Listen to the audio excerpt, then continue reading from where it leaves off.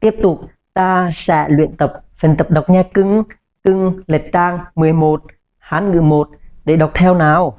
Nào cưng, đọc theo thầy nào. Y hảo, y hảo.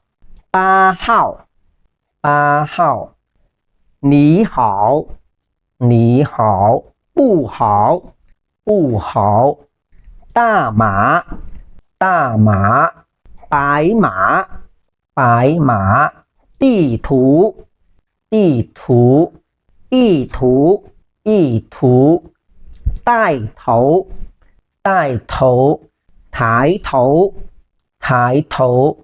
Ta lấu, ta lấu. Thả lấu, thả lấu. Khưa phú, khưa phú. Khưa khủ, khưa khủ. Ta dữ, ta dữ. Ta dữ, ta dữ. Dữ phả, dữ phả.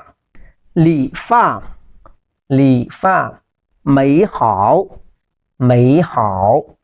Mấy lái, mấy lái. Phát âm như người Trung Quốc rồi đó cưng. Luyện âm xong tự nhiên miệng em nói ra nghe lạ tai mà nghe đạ tai vậy thấy. Đó, thấy chưa cưng?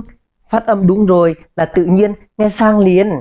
Dạ, phát âm bài 1 em thấy ok rồi. Giờ chuyển qua học chữ nào thấy? Ok cưng.